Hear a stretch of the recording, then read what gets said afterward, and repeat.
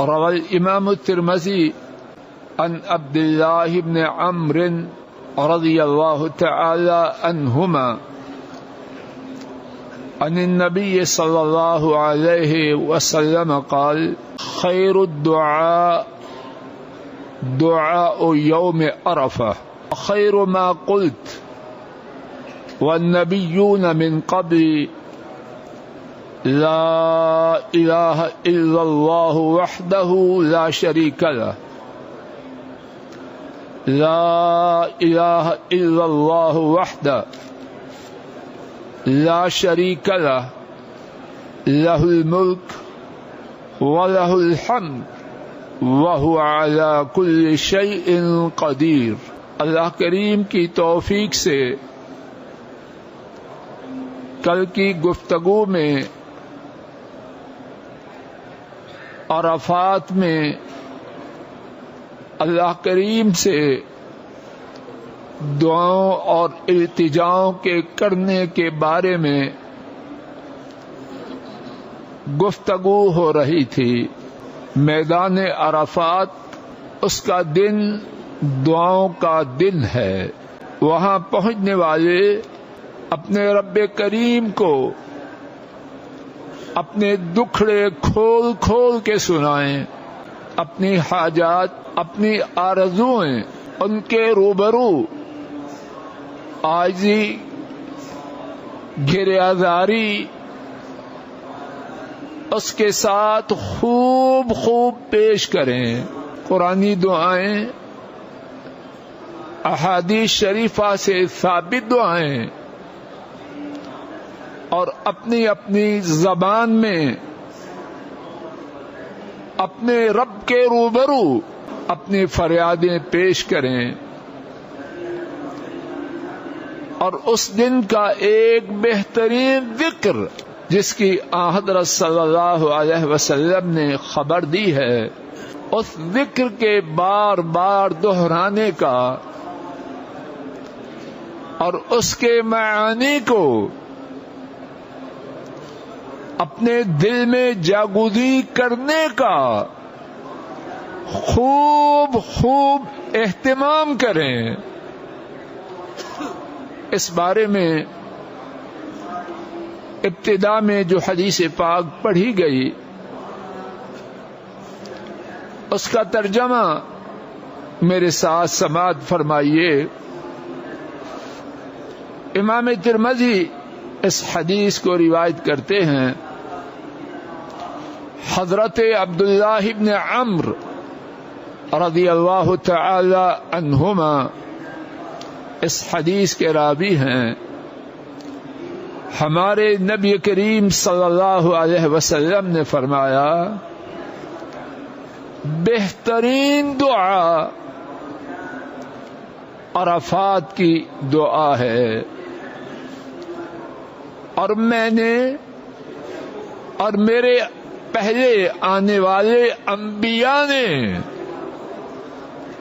جو بہترین بات کہی ہے وہ یہ ہے، لا الہ الا اللہ وحدہ لا شریک لہ لہ الملک ولہ الحمد وہو علی کل شیء قدیر۔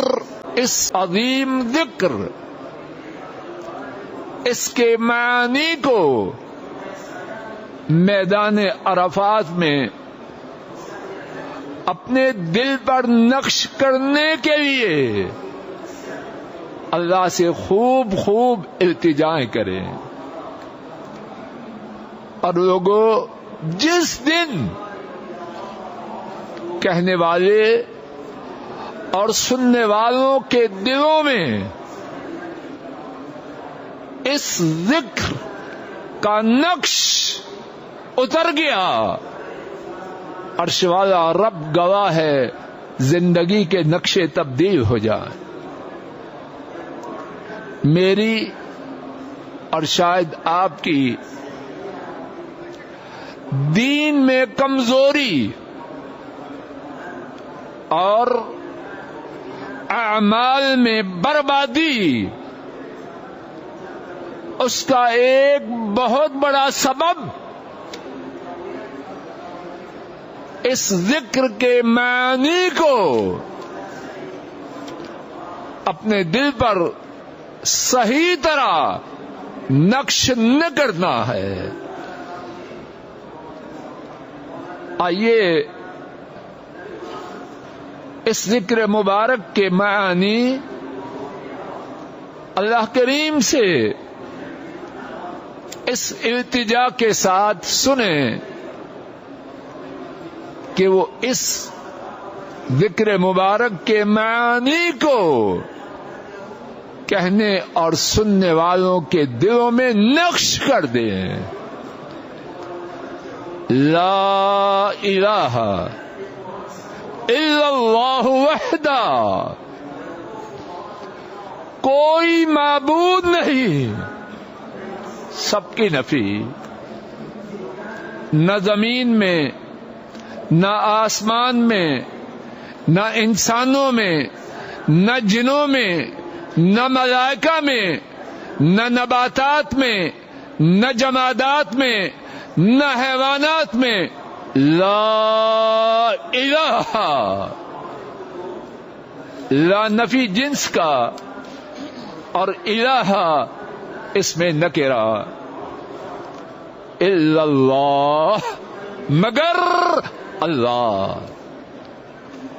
کوئی معبود نہیں، کوئی حاجت روا نہیں، کوئی مشکل کشا نہیں، کوئی دستگیر نہیں، کوئی بگڑی بنانے والا نہیں، کوئی غموں سے نجات دینے والا نہیں مگر اللہ وحدہ. اللہ اکبر. پہلا جملہ اپنے معانی کے بیان کرنے کے لیے بہت کافی ہے. سب کی نفی ہو گئی، ایک اللہ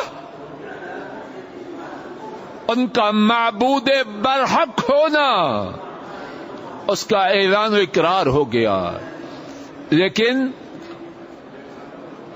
حضرات انبیاء نے اور امام الانبیاء علیہم السلام نے بات کو چھوڑا نہیں. وحدہ،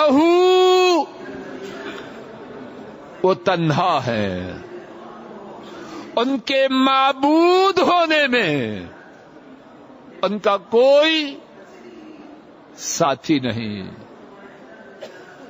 پھر بھی بات کو نہ چھوڑا. لا شریک لہ، ان کا کوئی شریک نہیں. میرے ساتھ غور کرو، ایک ہی بات اس ہی کی تاکید کی جا رہی ہے. لا الہ الا اللہ، اللہ کے سوا سب کی نفی. وحدہ، پھر اللہ کے سوا سب کی نفی. لا شریک لہ، پھر اللہ کے سوا سب کی نفی. میرے بھائیوں، عرفات میں پہنچے حضرات انبیاء کا اور امام الانبیاء علیہم السلام، ان کا یہ ذکر بار بار کیا. پھر اس کے بعد کسی اور کو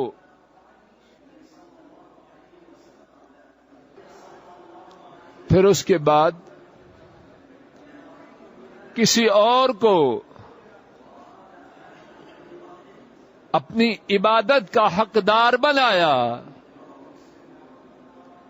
نظر کے لیے، نیاز کے لیے، فریاد کے لیے، مشکل کشائی کے لیے، حاجت روائی کے لیے، دستگیری کے لیے، غوث کے لیے.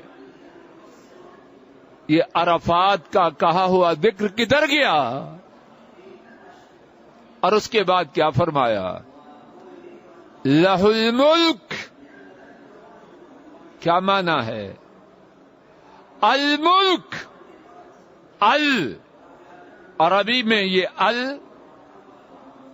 اس سے مراد یہ ہر قسم کی ہر قسم، ملک، ہر قسم کی بادشاہت، لہو، جملے کی ترکیب حضرات انبیاء نے اور نبی کریم صلی اللہ علیہ وسلم نے بدل دی. جملے کی ترکیب یوں تھی، الملک لہو، ساری بادشاہت ان کی ہے. جملے کی ترکیب بدلی، جو پہلے بات تھی اس کو بعد میں، جو بعد میں تھی اس کو پہلے ذکر کیا. لہ الملک. لوگوں، اس چھوٹے سے جملے کے دو معنی ہیں، ایک نہیں. پہلا معنی یہ ہے ساری بادشاہت اللہ کے لیے ہے، اور دوسرا معنی اللہ کے سوا کسی اور کے لیے کوئی بادشاہت نہیں.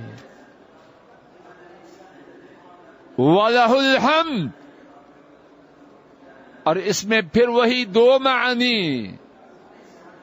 ساری تعریف اللہ تعالی کے لیے ہیں اور ان کے سوا کسی کی حقیقی تعریف نہیں. جس میں کوئی خوبی ہے وہ عرش والے رب کی عطا کردہ ہے. وَهُوَ عَلَى كُلِّ شَيْءٍ قَدِيرٌ. اور وہ ہر چیز پر بہت زیادہ قدرت رکھنے والے ہیں. ارفع صوت کا یا شیخ. دیگر دعاؤں کے ساتھ اس ذکر کو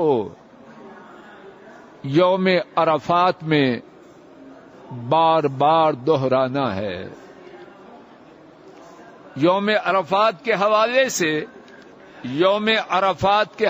سے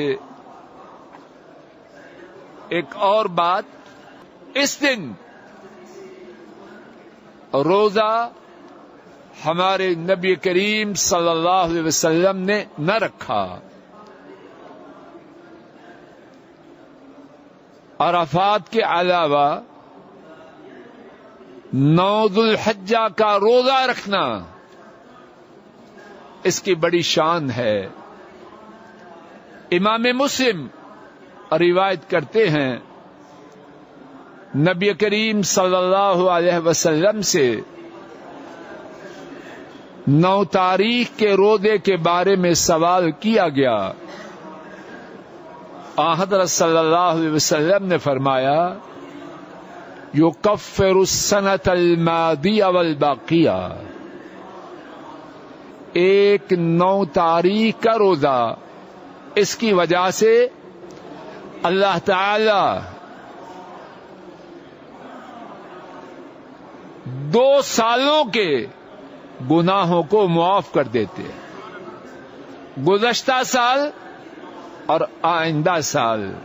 لیکن عرفات میں حضرت صلی اللہ علیہ وسلم نے یہ روزہ نہ رکھا. امام بخاری اور امام مسلم روایت کرتے ہیں، ام الفضل حضرت صلی اللہ علیہ وسلم کی چچی، وہ روایت کرتی ہے عرفات کے دن لوگوں نے اس بارے میں آپس میں اختلاف کیا. کچھ سمجھ رہے تھے حضرت صلی اللہ علیہ وسلم کا روزہ ہے کہ یہ دن روزہ رکھنے سے، کہ اس دن روزہ رکھنے سے 2 سالوں کے گناہ معاف ہوتے ہیں. اور کچھ کا خیال تھا کہ حضرت صلی اللہ علیہ وسلم کا روزہ نہیں. آپ کی چچی ام الفضل نے دودھ کا ایک پیالہ حضرت صلی اللہ علیہ وسلم کی خدمت میں روانہ کیا. آپ صلی اللہ علیہ وسلم نے صحابہ کے روبرو اس دودھ کے پیالہ سے دودھ کو پیا تو بات واضح ہوئی. حضرت صلی اللہ علیہ وسلم عرفات میں روزہ سے نہ تھے. اور یہاں یہ بات اور بار بار یہ بات ہے، عرفات کے علاوہ باقی جگہوں میں مسلمان کے لیے اعلیٰ و افضل یہ ہے روزہ رکھے، اللہ سے 2 سالوں کے گناہوں کو معاف کروائے. لیکن عرفات میں مسلمان کے لیے افضل و اعلیٰ کیا ہے؟ آپ کی سنت کی پیروی کرتے ہوئے روزہ نہ رکھے. اعمال ان کی شان بنتی ہے نبی کریم صلی اللہ علیہ وسلم کی مہر کے لگنے سے. اعمال اپنے اندر یہ صلاحیت نہیں رکھتے کہ آسمان والے رب کی طرف جائیں. اعمال کی شان بنتی ہے جناب نبی کریم صلی اللہ علیہ وسلم کی اقتدا اور پیروی سے. اور علماء نے اس دن روزہ نہ رکھنے کی جو حکمت بیان کی ہے، سب سے پہلے اس میں نبی کریم صلی اللہ علیہ وسلم کی اقتدا ہے. اور دوسری بات، تاکہ عرفات میں ٹھہرنے والا روزہ کی وجہ سے کچھ کمزور نہ ہو پائے، ہمت و طاقت میں رہے اور اپنے اللہ کریم سے دعا کرنے والے اس دن میں خوب خوب التجائیں اور دعائیں کرے. عرفات کے حوالے سے ایک اور بات، ہمارے نبی کریم صلی اللہ علیہ وسلم غروب آفتاب تک قبلہ کی طرف اپنا رخ کر کے، اپنے ہاتھوں کو بلند کر کے اللہ تعالی سے دعائیں کرتے رہے. تو مسنون طریقہ یہ ہے عرفات میں جہاں تک ممکن ہو قبلہ کی طرف اپنا رخ کر کے کھڑے ہو کر اللہ کے روبرو ہاتھ اٹھا کے بندہ دعا کرتا رہے. تھک جائے بیٹھ سکتا ہے، لیٹ سکتا ہے، لیکن ہمت ہو تو افضل و اعلی یہی بات ہے.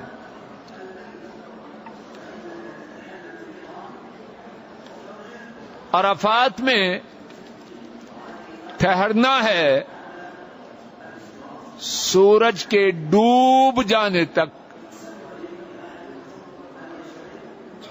مدینہ طیبہ میں، مکہ مکرمہ میں، ڈھاکہ میں، دہلی میں،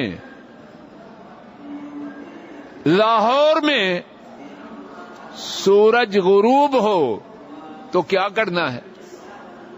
بولیے جی. عرفات میں پڑھنی ہے اللہ اکبر. پھر بھی تجھے سمجھ نہ آئے، سمجھ آنے کی بات ہے کہ نہیں؟ حاجی کیا کر رہا ہے؟ کوئی فیکٹری چلا رہا ہے؟ فائر بریگیڈ میں کام کر رہا ہے؟ ایمرجنسی میں ہے؟ کیا کر رہا ہے؟ سارا یہ ٹرپ، یہ رحلہ، یہ سفر اللہ کی عبادت کے لیے ہے. سورج ڈوب چکا، کوئی اذان نہ دے، کوئی اذان نہ دے. سورج ڈوب چکا، کوئی نماز مغرب نہ پڑھے. کتنا بڑا سبق ہے، کتنی بڑی تربیت ہے. دین کیا ہے جو مدینے والے نے دیا ہے؟ پوری دنیا میں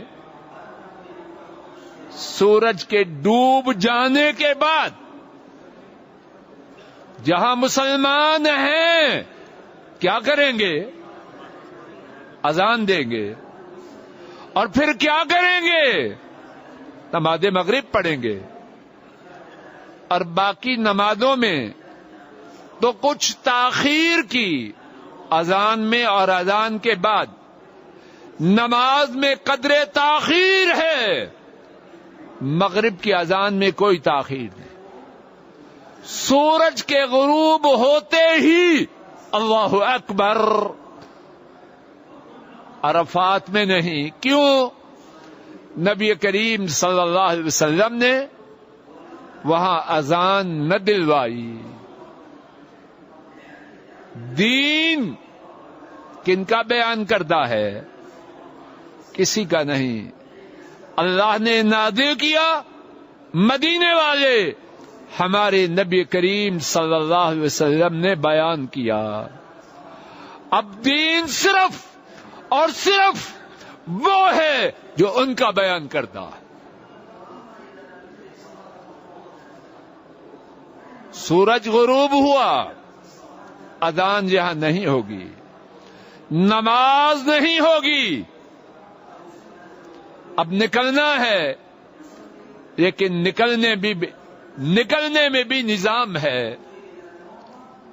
امام طبرانی نے اس حدیث کو روایت کیا. حضرت جابر رضی اللہ تعالی عنہ اس حدیث کے راوی ہیں. ہمارے نبی کریم صلی اللہ علیہ وسلم نے فرمایا، عرفات سے کوئی اس وقت تک نہ نکلے جب تک کہ امیر حج عرفات سے روانہ نہ ہو جائے. مسلمانوں میں نظام ہے. اس کے بعد عرفات سے روانہ ہوئے مزدلفہ کی طرف. کیا کہنا ہے یا چپ چاپ آنا ہے؟ امام بخاری اور امام مسلم اس حدیث کو روایت کرتے ہیں. حضرت اسامہ رضی اللہ تعالی عنہ وہ بیان کرتے ہیں، حضرت صلی اللہ علیہ وسلم نے عرفات سے مزدلفہ تک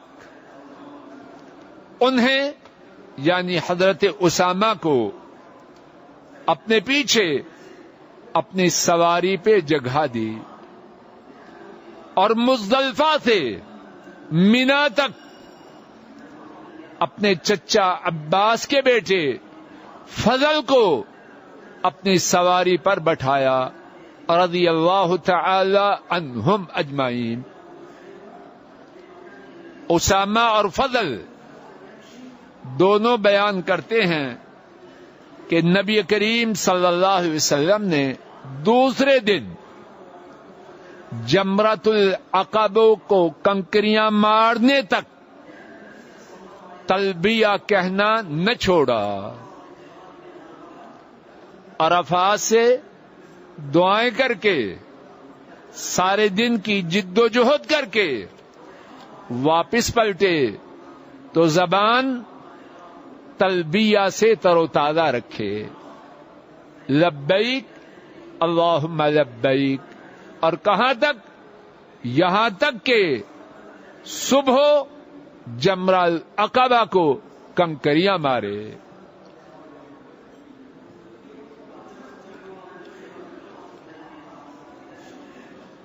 عرفات سے روانہ ہوئے, مزدلفہ پہنچے. یہاں پہنچ کے سب سے پہلا کام کیا کرنا ہے؟ آپ دیکھیں گے ہمارے کچھ بھائی, اللہ انہیں اور ہم سب کو ہدایت دے, آتے ہی کنکریاں اکٹھی کرنی شروع کرتے ہیں. توجہ سے سماعت فرما لیجیے. حضرت صلی اللہ علیہ وسلم سے رات مزدلفہ میں آنے کے بعد کنکریاں اکٹھی کرنا یا کنکریاں اکٹھی کرنے کا حکم دینا ثابت نہیں. کیا کرنا ہے؟ آئے, وضو بنائے, اذان مغرب ہو اور 2 نمازیں مغرب اور عشاء قصر اور جمع کر کے ادا کی جائیں. آئیے اس بارے میں میرے ساتھ 2 حدیثیں سماعت فرمائی. امام مسلم روایت کرتے ہیں, حضرت جابر رضی اللہ تعالی عنہ نے بیان کیا, رسول کریم صلی اللہ علیہ وسلم واپس عرفات سے تشریف لائے, مزدلفہ آئے اور آپ نے وہاں مغرب اور عشاء کی نماز, مغرب اور عشاء دونوں نمازیں ایک اذان اور 2 اقامتوں کے ساتھ پڑھیں, اور آپ نے ان دونوں نمازوں کے درمیان کوئی اور چیز نہ پڑھی. مغرب کے 3 فرض اور عشاء کے 2 فرض. دوسری حدیث امام بخاری نے اسے روایت کیا, ابن عمر رضی اللہ تعالی عنہما بیان کرتے ہیں, نبی کریم صلی اللہ علیہ وسلم نے مغرب اور عشاء دونوں نمازیں مزدلفہ میں جمع کی. ہر نماز کے لیے اقامت ہوئی اور آپ نے ان کے درمیان اور ان کے بعد کوئی نفلی نماز سنتیں ادا نہ کی. یہاں بھی وہی بات, وہی سبق حاجی کو پھر دیا جا رہا. ہر جگہ ہر روز مغرب اور عشاء 2 اذانیں, مزدلفہ میں 2 اذانیں نہیں, کتنی اذانیں ہیں؟ اللہ اکبر. کیوں؟ نبی کریم صلی اللہ علیہ وسلم نے دونوں اذانوں کی بجائے ایک اذان کر دی. اور اگر آپ حکم دیں 5 نمازوں کے لیے ایک اذان, تو مسلمان اس کا پابند ہے کہ نہیں؟ عید الفطر, عید الاضحیٰ اور نماز جنازہ اور صلاۃ استسقاء, ان 4 کے لیے اذان ہے. جی, چھوٹی عید کے لیے, بڑی عید کے لیے, نماز جنازہ کے لیے, بارش کے لیے جو دعا کرنی ہے, ان 4 کے لیے کوئی اذان ہے؟ کیوں نہیں؟ نبی کریم صلی اللہ علیہ وسلم نے نہیں فرمایا. مزدلفہ میں مغرب اور عشاء 2 اذانیں نہیں, ایک اذان. مزدلفہ کے حوالے سے اللہ اکبر, ایک اور بات، مزدلفہ میں رات کو عبادت کرنی ہے، جاگنا ہے، نماز تسبیح پڑھنی ہے۔ ہمارے نبی کریم صلی اللہ علیہ وسلم مزدلفہ میں آئے، دونوں نمازیں قصر اور جمع کی، پھر کیا کیا؟ آئیے میرے ساتھ حدیث جسے حضرت جابر نے روایت کیا سماعت فرمائیے۔ امام مسلم روایت کرتے ہیں، حضرت جابر رضی اللہ تعالی عنہ اس حدیث کے راوی ہیں، بیان کرتے ہیں اور رسول کریم صلی اللہ علیہ وسلم نمازوں کے ادا کرنے کے بعد لیٹ گئے یہاں تک کہ فجر طلوع ہوئی، اور جب صبح واضح ہوئی تو آپ نے نماز فجر پڑھائی۔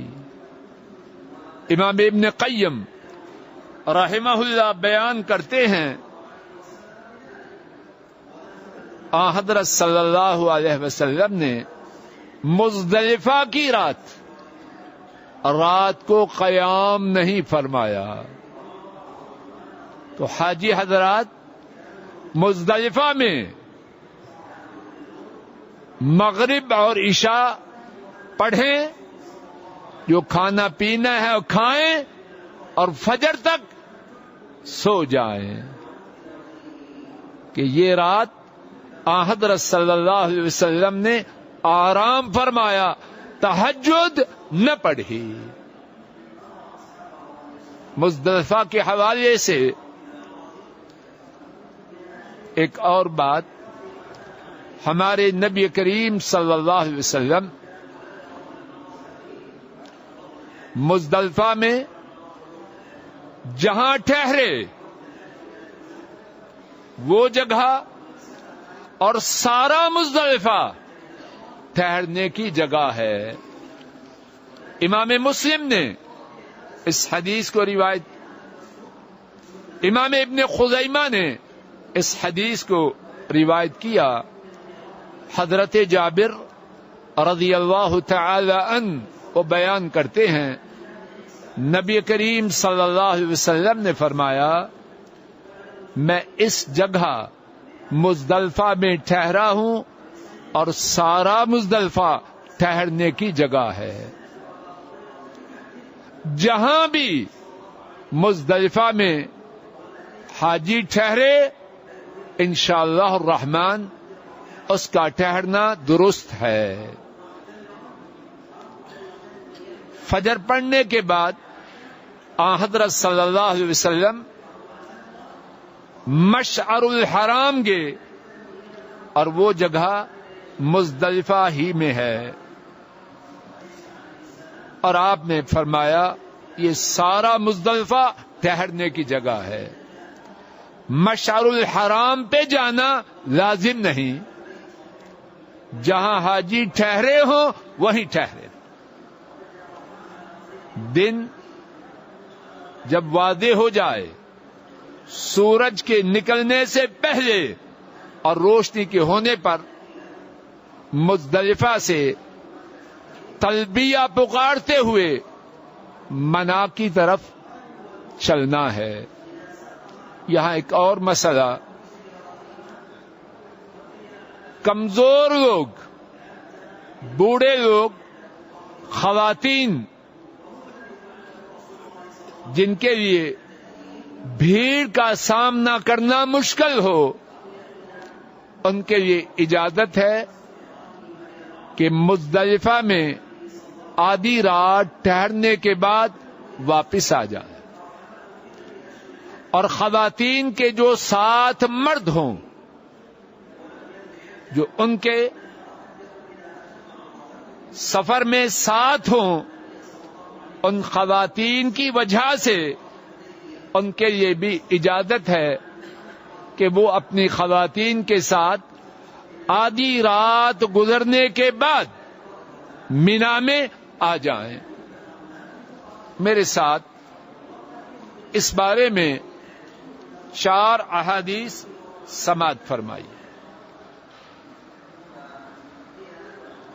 امام بخاری اور امام مسلم نے اس حدیث کو روایت کیا۔ حضرت سالم بیان کرتے ہیں ابن عمر رضی اللہ تعالی عنہما اپنے کمزور گھر والوں کو راتوں رات مزدلفہ سے منا کی طرف روانہ کر دیتے تھے۔ ان میں سے کچھ نماز فجر کے وقت منا پہنچتے اور کچھ نماز فجر کے بعد پہنچتے، اور ابن عمر رضی اللہ تعالی عنہ ساتھ یہ بیان کرتے کہ ایسے لوگوں کے لیے راتوں رات مزدلفہ سے منا کی طرف روانہ ہونے کی رسول کریم صلی اللہ علیہ وسلم نے اجازت دی ہے۔ کمزوروں کے لیے، بیماروں کے لیے اس بات کی اجازت ہے آدھی رات گزرنے کے بعد مزدلفہ سے منا کی طرف واپس آ جائے۔ اس بارے میں دوسری حدیث امام بخاری اور امام مسلم نے اسے روایت کیا۔ حضرت ابن عباس رضی اللہ تعالی عنہما بیان کرتے ہیں کہ میں حضرت صلی اللہ علیہ وسلم کے ان کمزور گھر والوں کے ساتھ تھا جنہیں حضرت صلی اللہ علیہ وسلم نے مزدلفہ کی رات ہی کو واپس منا بھیج دیا۔ اس بارے میں تیسری حدیث امام بخاری اور امام مسلم نے اسے روایت کیا۔ حضرت اسماء بنت ابی بکر رضی اللہ تعالی عنہما وہ رات آدھی گزرنے کے بعد مزدلفہ سے منا کی طرف روانہ ہوئی، اور انہوں نے منا میں آ کے فجر کی نماز پڑھی۔ جب ان سے اس بارے میں پوچھا گیا تو انہوں نے کہا کہ حضرت صلی اللہ علیہ وسلم نے اس کی اجازت دے رکھی ہے۔ اسی بارے میں چوتھی حدیث امام بخاری اور امام مسلم نے اس حدیث کو روایت کیا۔ اما عائشہ رضی اللہ تعالی عنہا بیان کرتی ہیں کہ نبی کریم صلی اللہ علیہ وسلم کی ایک اہلیہ حضرت سودا، وہ بھاری برکم تھی، ان کا جسم بڑا تھا، انہوں نے حضرت صلی اللہ علیہ وسلم سے اجازت طلب کی کہ مزدلفہ کی رات انہیں بھیڑ ہونے سے پہلے واپس آنے کی اجازت دی جائے، تو حضرت صلی اللہ علیہ وسلم نے انہیں اجازت دی۔ تو بات کا خلاصہ یہ ٹھہرا، مزدلفہ کی رات بیمار، کمزور، بوڑھے، انہیں اجازت ہے کہ وہ آدھی رات گزرنے کے بعد مزدلفہ سے منا واپس آ جائے۔